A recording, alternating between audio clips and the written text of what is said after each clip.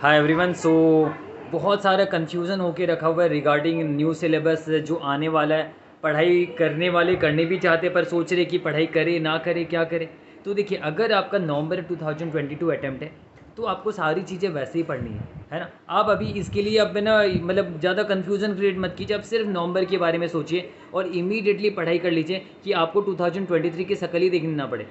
तो फिलहाल नवंबर के बारे में सोचिए। अगर आपका नवंबर का अटैम्प्ट है तो क्या नवंबर के पेपर पैटर्न में चेंज आएगा? जी नहीं, वहाँ पर ज़्यादा कुछ चेंजेस नहीं आने वाला। कॉस्टिंग लो वगैरह सब कुछ वही रहने वाला है नवंबर अटैम्प्ट के लिए, इतना तो मैं श्योर हूँ, है ना, क्योंकि अभी ड्राफ्ट इशू है, टाइम लगेगा। तो यहाँ पर नवंबर में बस एक चीज़ का ध्यान रखिएगा, कंसेप्चुअल अंडरस्टैंडिंग लीजिएगा, क्योंकि आगे भी जो नया सिलेबस आ रहा है वहाँ पर आईसीए भी ये चीज़ का ध्यान रखिएगा कि स्टूडेंट्स की कंसेप्चुअल क्लैरिटी ज़्यादा हो, वो उन सारी चीज़ों को चेक करेगा। तो क्या पता पेपर्स बस ऐसे हो सकते हैं कि जहाँ पर आपका रट्टाफिकेशन क्या पता काम ना है। तो कोशिश कीजिए कि जो भी पेपर की आप पढ़ाई करें उस पेपर में आप अंडरस्टैंडिंग अपनी अच्छी बिल्डअप कीजिए कि पेपर थोड़ा सा अनकॉमन भी आए तो भी आप उसे आराम से संभाल सको। अदरवाइज पेपर थोड़ा सा भी ट्विस्ट कर दिया पेपर में तो आपको दिक्कत आ जाएगी एंड आपका रट्टा मारा हुआ कुछ काम नहीं आएगा। तो पहली बात, नवंबर वाले जैसे पढ़ाई करो वैसे पढ़ाई करते रहिए, अपने कंसेप्चुअल अंडरस्टैंडिंग को बिल्डअप कीजिए और कोशिश कीजिए कि 2022 में आप खत्म कर दो किस्सा और 2023 की आपको शकल देखनी ना पड़े। अब बात करेगा 2023 की, तो 2023 के जो स्टूडेंट्स हैं, रजिस्टर्ड स्टूडेंट्स, क्या पता उनको न्यू सिलेबस में एग्जाम देना पड़े, क्या पता उनको एग्जिस्टिंग स्कीम में भी एग्जाम देना पड़े। तो ये इस चीज़ की क्लैरिटी नहीं है अभी, है ना, इस चीज़ की क्लैरिटी नहीं है कि उन्हें कौन सा देना पड़ेगा, कब से न्यू सिलेबस एप्लीकेबल होगा, ये अभी तक क्लियर नहीं है। तो उनको क्या करना है, उन्हें पता नहीं, मतलब 2024 में ये आएगा कि 2023 में आएगा, पता नहीं हमें। तो वो क्या करें, वो अभी कॉस्टिंग और लॉ ये एक बार पढ़ाई ना करें, क्योंकि दोनों तो हट ही चुका, न्यू सिलेबस में तो रहेगा नहीं यहाँ पर। लेकिन बाकी पेपर्स तो है, डीटी, आईडीटी, फाइनेंशियल रिपोर्टिंग और ऑडिटिंग, एसएफएम, ये पेपर्स तो ही। तो आप बोलोगे सर ये पेपर्स में चेंजेस भी तो हो सकते हैं। देखिए चेंजेस क्या होंगे, क्योंकि जो इनकम टैक्स एक्ट बना हुआ है वो तो वही रहेगा, अमेंडमेंट कुछ आना तो आएगा। और आईसीए न्यू सिलेबस में चेंज क्या करेगी, पेपर का पैटर्न बदल देगी पेपर्स का, और उससे ज़्यादा कुछ नहीं करेगी। फाइनेंशियल रिपोर्टिंग में भी इंडेक्स वही रहने वाला है, क्योंकि ये तो आईएफआरएस से कन्वर्ट हुआ हुआ है, ये तो वही रहेगा, इसमें कहाँ से बदलाव आ जाएगा। हाँ, एक दो इंडेक्स नया से एड ऑन हो गए वो अलग बात है, बट रहेगा तो ये सिलेबस पूरा। हाँ, इसमें क्वेश्चंस का पूछने का पैटर्न वो बदल देंगे। जैसे जीएफआरएस में आप देखते हो थोड़ा सा पेपर का पैटर्न अलग रहता है, तो केस बेस्ड क्वेश्चंस आ जाएंगे, यानी पेपर का पैटर्न चेंज हो सकता है लेकिन कंटेंट वही रहेगा। तो फाइनेंशियल रिपोर्टिंग अगर आप 2023 के भी अटैम्प्ट वाले हो, फाइनेंशियल रिपोर्टिंग में लगभग वही सारी चीज़ें रहेगी, आपको पढ़ाई करनी चाहिए। आगे कुछ क्वेश्चंस ऐड ऑन होंगे, अलग टाइप के question, case based question add on होंगे, तो जिस भी फैकल्टी की पढ़ाई करोगे वो डेफिनेट सी बात है आपको वहाँ पर मदद करेगा।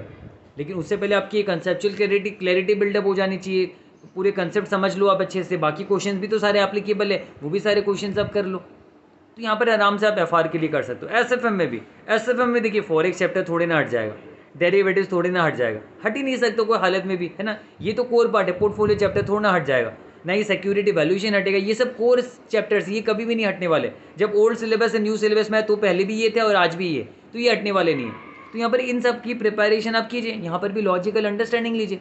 अंडरस्टैंडिंग लेके पढ़ाई करोगे तो पेपर का पैटर्न भी बदलेगा, तो आपको दिक्कत नहीं आएगी।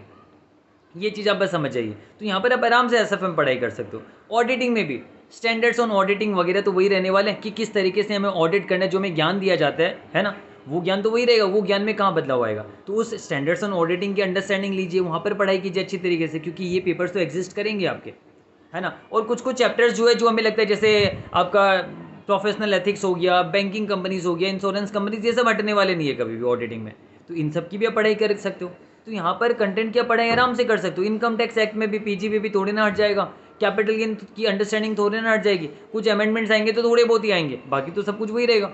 जीएसटी भी कैसे हटेगा, सभी जीएसटी अभी लग रहे हैं ना आईडीटी में, तो जीएसटी भी हटने वाला नहीं है। तो मैं बस आपको क्लियर करना चाहता हूँ कि अगर आपका एग्जाम्स दूर है तो भी आप इन सब सब्जेक्ट्स में ये सारी चीज़ें पढ़ाई कर सकते हो, यहाँ पर कुछ ज़्यादा बदलाव नहीं आएगा, बस पैटर्न में थोड़ा सा बदलाव आएगा। तो यहाँ पर आपको इन सब की पढ़ाई करनी चाहिए। हाँ, कॉस्टिंग और लॉ जैसे कि ये रिमूव ही हो जाएंगे, है ना, तो सेल्फ पेस्ट में जैसे आ जाएगा तो रिमूव ही हो जाएंगे, तो अब इनको एक बार पढ़ाई मत कीजिए, बट बाकी सारी पढ़ाई किसी भी फैकल्टी की जिसकी आप करना चाहो उसकी पढ़ाई कर सकते हो। ये तो मैंने थोड़ा सा क्लैरिटी दिया, बाकी आपको ऑलरेडी पता है न्यू सिलेबस के रिगार्डिंग बहुत सारे वीडियोस है यूट्यूब में।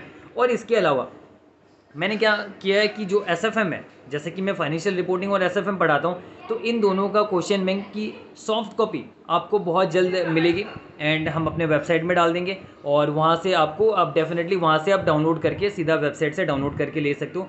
तो कुछ दिनों में आपको वहाँ पर अवेलेबल करा दी जाएगी। और वो क्वेश्चन बैंक क्या कंटेंट रहेंगे उसमें, सारे एसएम के क्वेश्चंस रहेंगे, आरटीपी एमटीपी 5 पेपर्स के इंपॉर्टेंट सारे क्वेश्चन ही वहाँ पर रहेंगे। जो इरेलेवेंट है वो मैं हटा दूंगा, जो डुप्लीकेट क्वेश्चन है, सिमिलर क्वेश्चन है, वो मैं हटा दूंगा। और पूरा आपका एक सिंगल क्वेश्चन बैंक अगर आप फॉलो करोगे तो मतलब आपने आईसीए पूरा फॉलो कर लिया, आईसीए के सारे मटेरियल आप फॉलो कर लोगे। तो अब आराम से फाइनेंशियल रिपोर्टिंग और एसएफएम का हमारा क्वेश्चन बैंक को रेफर कर सकते हो और उसे अंडरस्टैंडिंग लीजिए और वो सारे क्वेश्चंस कीजिए, आपका काम हो जाएगा यहाँ पर।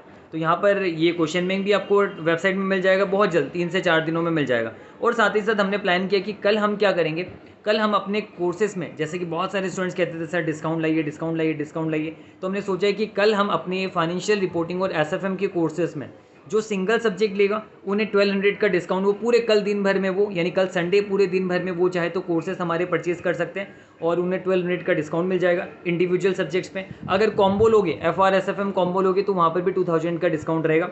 ये बस बहुत सारे स्टूडेंट्स के ऑलरेडी हमारे प्राइस बहुत रीजनेबल है एंड थोड़ा स्टूडेंट्स को भी हेल्प हो जाएगा, इसलिए हमने सोचा कि हम हमेशा एग्ज़ाम्स के बाद लगाते हैं एक दिन का सेल, तो कल भी हम लगाएंगे। तो जिन्हें भी इंटरेस्ट है, जिन्हें भी हमारा पढ़ाया हुआ समझ में आता है, क्योंकि मेरी पढ़ाई मैं जिस तरीके से पढ़ाता हूँ, मैं आपको समझाता हूँ, मैं पूरा कंसेप्चुअल अंडरस्टैंडिंग के हिसाब से जाता हूँ, क्योंकि मेरा मानना है कि जब आपकी अंडरस्टैंडिंग अच्छी रहेगी, लॉजिकल अंडरस्टैंडिंग रहेगी अच्छी, तो आपको ज़्यादा भूलने की प्रॉब्लम नहीं आएगी एंड आप एग्जाम में आराम से सारे क्वेश्चंस भी अटेम्प्ट कर पाओगे अगर वो अनकॉमन क्वेश्चन है तो भी।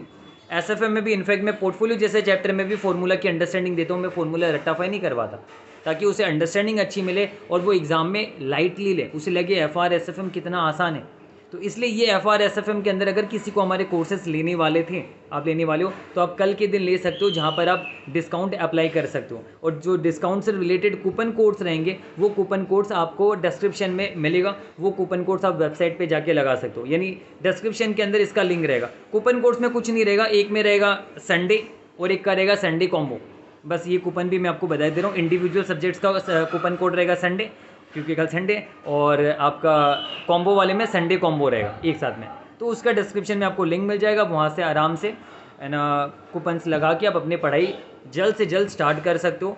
एंड कोई भी दिक्कत आती कुछ आती तो मुझे ज़रूर से कमेंट कीजिएगा, मैं ज़रूर से कोशिश करूँगा आपकी जो भी प्रॉब्लम्स है उसे एड्रेस करने की, और अच्छी तरीके से पढ़ाई कीजिए और जल्द से जल्द सीए बन जाइए। चलिए, थैंक यू सो मच।